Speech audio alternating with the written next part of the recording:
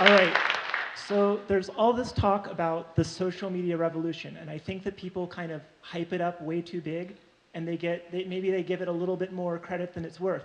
And I think that social media has been around for a long time, and it's been evolving in stages, and I'd be willing to bet that you've been using social media, most of you have been using it maybe for more than 10 years.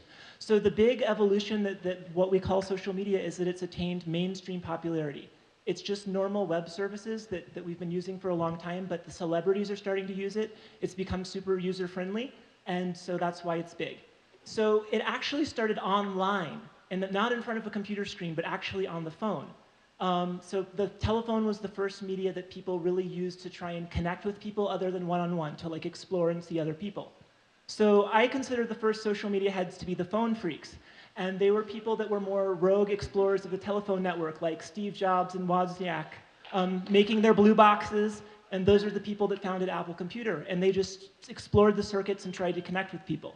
So I got started when I was in high school as a phone freak and a voicemail hacker. And I used to take over corporate voicemail systems and be like, hey, this is Brett. You got to leave your, here's some information. Dial into this number. Let's meet up on Thursday night. And we'd have conference calls. So the early internet was kind of boring. Before the web, it was just like military and academia, and you could send email, you could connect to other computers, and it was more utilitarian or scientific. So it wasn't really that social at first. But then BBS Systems came out in 1979. Was anybody on those? Okay, yeah. So, they had acoustic modems you could dial up with, and they had, before HTML, they had ANSI, and you could dial up and one person at a time and chat with people in your neighborhood. Then it got kicked up a lot bigger when online services came out. So Compuserve came out in 1980, and Prodigy came out in 1990. And they were sort of sold and bundled with computers. You didn't need a whole lot of tech skills, and it sort of opened the social door to the mainstream. So they came out with a chat system. And the chat system came out with a whole radical new language that humans started to develop to communicate with each other, and radical new dexterity, just typing with one hand. And they were able to communicate with each other. So all this one-handed typing led to marriages. So in 1983, Phil Donahue reported on the first online marriage of people that met on Compuserve. And then in 1991, they had the first actual online marriage, where the Reverend said, I do.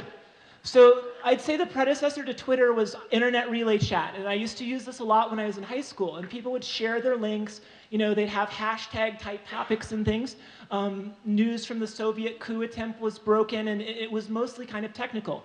But it really hit the big time with these CDs, these America Online CDs that started showing up in post offices. And people on the internet started to complain, like, oh man, the internet's going whack, like the internet's jumping the shark, all these idiots that can't type are coming on there.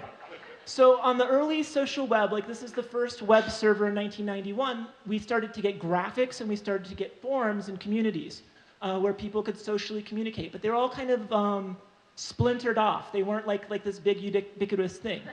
And then another revolution touchstone came with instant messaging. An Israeli company invented this in 1996, and people started showing emotions, and they were able to be like constantly connected with their loved ones, and they were able to do work, so it sort of changed the paradigm.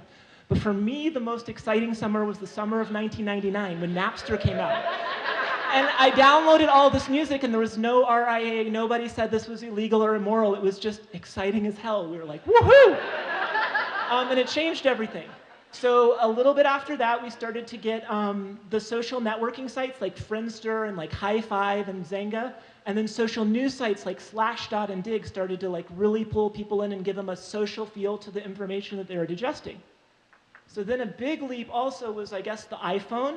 And the mobile nature, like people have been twittering and chatting for a long time, but just the fact that you can do it like in a restaurant or anywhere, that's like a pretty epic leap in social media for me. So now we've got like real-time social productivity, so we don't just get to like chat and share info. Theoretically, we don't have to mail each other attachments anymore. We can actually work on stuff and like collaboratively and socially do stuff, and that's sort of dawning this year. And I think the future, a lot of the buzz this year is for augmented reality, where we can add graphics and sound and like images to the real world. So you could like write graffiti outside of a shop and say, this place sucks, it's a ripoff. Or you could like go real estate shopping and look through your mobile online cameras and just see all of the listings without actually having to go to a web page. So I think we're going to break away from the screen and away from the keyboard and on to something new. So that's it. Thank you.